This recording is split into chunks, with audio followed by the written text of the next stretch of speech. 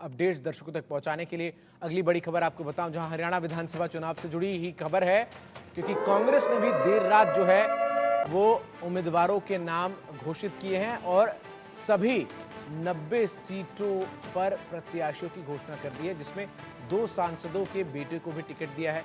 रणदीप सुरजेवाला के बेटे को कैथल से टिकट दिया गया है। आदित्य सुरजेवाला कैथल से कांग्रेस के टिकट पर विधानसभा चुनाव जो है वो लड़ते हुए नजर आएंगे। तो बीजेपी और कांग्रेस दोनों ने उम्मीदवारों की घोषणा जो है वो कर दी है 90 सीटों पर। ऐसे में अब जो सियासी रण है वो और दिलचस्प हो गया है। एक तरफ जहां कांग्रेस ने भी तमाम सीटों पर प्रत्याशियों की घोषणा कर दी है, तो वहीं आपको बताऊं बीजेपी की तरफ से भी जो नामों का ऐलान है वो कर दिया गया है। अंबाला कैंट से परिमल परी को उम्मीदवार बनाया गया है। पानीपत ग्रामीण से सचिन कुंडू को उम्मीदवार बनाया गया है। नरवाना से सतबीर दुबलैन को उम्मीदवार बनाया गया है।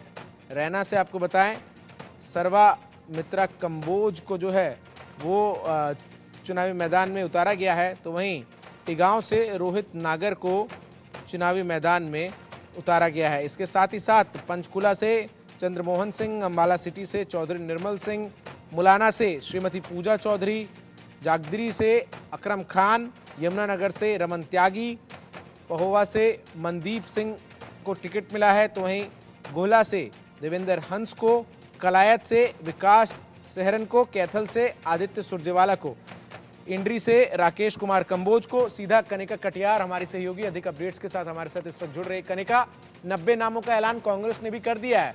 सांसदों को टिकट तो नहीं मिला, लेकिन उनके बेटों को टिकट जो है वो मिल पाया है। देखिए, बिल्कुल साफ तौर पे कांग्रेस पार्टी ने अपने 90 नहीं बल्कि 86 नामों का ऐलान कर दिया है।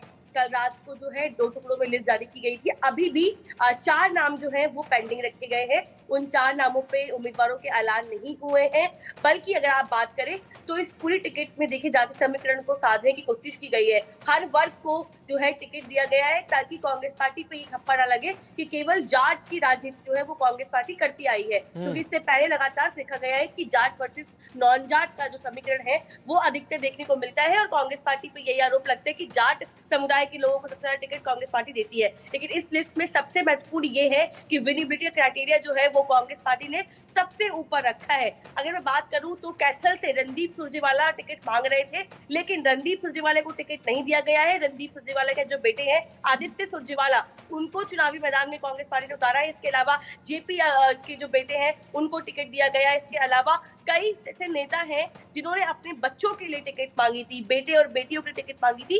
कांग्रेस पार्टी ने इस बार ये कहा है, इस बार ये किया है कि कई परिवारों के बेटे और बेटियों को टिकट दिया है। तो कहीं ना कहीं अपने आप की लिस्ट जो है बड़ी हैरान करने वाली लिस्ट भी है, क्योंकि इसी लिस्ट का हम सभी इंतजार कर रहे थे और दर्शक भी इंतजार कर रहे थे कि आखिरकार इस लिस्ट में क्या समीकरण होगा। क्योंकि कुमारी शैलजा की मैं बार बार इसलिए बात करती हूँ क्योंकि वो लगातार ये बोलती आई है कि चुनाव लड़ना है उनको, उसके बाद मुख्यमंत्री बनना है, लेकिन कुमारी शैलजा को इस बार फिर से कांग्रेस पार्टी टिकट नहीं दिया, क्योंकि पार्टी पहले ही क्लियर कर चुकी थी कि वर्तमान में जो लोकसभा या राज्यसभा के सांसद हैं उनको चुनावी मैदान में कांग्रेस पार्टी नहीं उतारेगी, वो केवल पार्टी के लिए प्रचार करेंगे। और कहीं ना कहीं हमारी खबर जो इस पर मुहर भी लगती हुई नजर आई है कि कुमारी शैलजा और रणदीप को टिकट नहीं दिया गया है। लेकिन बिल्कुल इस लिस्ट में अगर देखें तो हुड्डा कैंप के सबसे ज्यादा लोग जो है उनको टिकट दिया गया, उसके बाद कुमारी शैलजा और फिर रणदीप सुरजेवाला।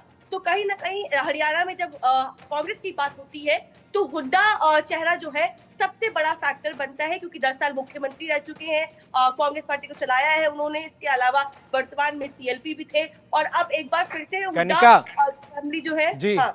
हुड्डा जो है उनका वर्चस्व नजर आता है, ये जैसा कि आपने कहा।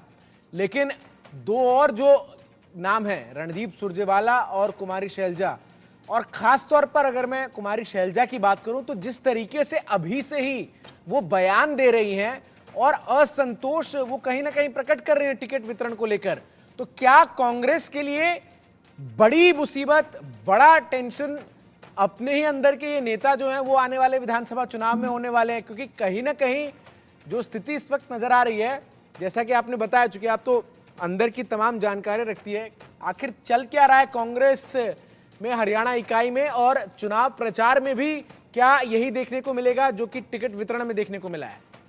देखिए, बिल्कुल सबसे बड़ी बात यही है कि कांग्रेस के अंदर सबसे बड़ी यही कमी है कि अंदर खाने जो नेता कांग्रेस पार्टी के हैं वो ही आपस में लड़ने तैयार रहते हैं। हालांकि मुकाबला जो है विरोधी से होना चाहिए, लेकिन कहीं ना कहीं भीतर जो खाने जो बातें चलती हैं, जो गुटबाजी चलती है, और वही सबसे बड़ा कारण है कि कांग्रेस पार्टी जो है हमेशा ये सोचती है, आलाकमान ये सोचता है कि एकजुटता के साथ चुनाव लड़ा जाए, लेकिन वो संभव नहीं हो पाता। अगर मैं आपको हरियाणा की पॉलिटिक्स की बात बताऊं तो कुमारी शैलजा, रणदीप सुरजेवाला एक कैंप के लोग हैं। ये लोग एक साथ जो है लगातार ये आरोप लगाते आए और एक लंबे समय से, बल्कि अभी नहीं, हुड्डा परिवार पे और हुड्डा पे जो है कई समय से ये आरोप लगता आया है कि वो केवल अपने लोगों की बात सुनते हैं, बाकी लोगों को साथ लेकर नहीं चलते हैं। और यही गुटबाजी है जिसका बड़ा कारण ये भी है कि कई बार राहुल गांधी के पास ये शिकायत गई है, उसके अलावा मल्लिकार्जुन खड़गे के पास शिकायत गई है, लेकिन कुमारी शैलजा की बात करें तो वो एक वरिष्ठ नेता है और उनका जो दबदबा है वो उतना ही मजबूत जितना हुड्डा का मजबूत है, क्योंकि कुमारी शैलजा जो है उनकी डायरेक्ट 10 जनपद पे एंट्री होती है, कोई भी बात करनी होती है गांधी से, राहुल गांधी से डायरेक्ट बात कर पाती है। और ये गुटबाजी पार्टी चाहती खत्म हो जाए ताकि हरियाणा में इसका नुकसान ना हो। आपको याद होगा लोकसभा इलेक्शन जब चल रहे थे तो कुमारी शैलजा ने केवल वहां पे प्रचार किया जहां पर उनकी कॉन्स्टिट्यूंसी थी, खासतौर पे सिरसा और अंबाला कॉन्स्टिट्यूंसी। वो हुड्डा की जो कॉन्स्टिट्यूंसीज है वहां पर नहीं आई थी प्रचार करने के लिए, और बल्कि रणदीप सुरजेवाला वो भी केवल अपनी कॉन्स्टिट्यूंसी में प्रचार कर रहे थे। उन्होंने ना ही भूपेंद्र सिंह हुड्डा और दीपेंद्र के लिए प्रचार किया था, बल्कि बाकी लोगों के लिए प्रचार नहीं किया था, केवल अपनी कॉन्स्टिट्यूंसी में रहकर प्रचार किया था। और कहीं ना कहीं ये तस्वीर बिल्कुल हमें इस विधानसभा चुनाव में भी देखने को मिल सकती है कि तीनों नेता अपने अपने लोगों के लिए ही केवल प्रचार करें। हालांकि कांग्रेस पार्टी चाहती है और आलाकमान बार बार ये मैसेज देता है कि मुख्यमंत्री कौन होगा इसका फैसला चुनाव जीतने के बाद किया जाएगा, लेकिन पहले पार्टी को एक साथ लड़ना है। और कुमारी शैलजा इस बार जो है वो पहले ठान चुकी हैं कि वो मुख्यमंत्री रेस में अपने आप को शामिल करेंगी, इसीलिए वो बार बार कहती है कि दलित मुख्यमंत्री इस बार मिलना चाहिए, और दलित मुख्यमंत्री क्यों नहीं बन सकता, एक महिला मुख्यमंत्री क्यों नहीं बन सकती।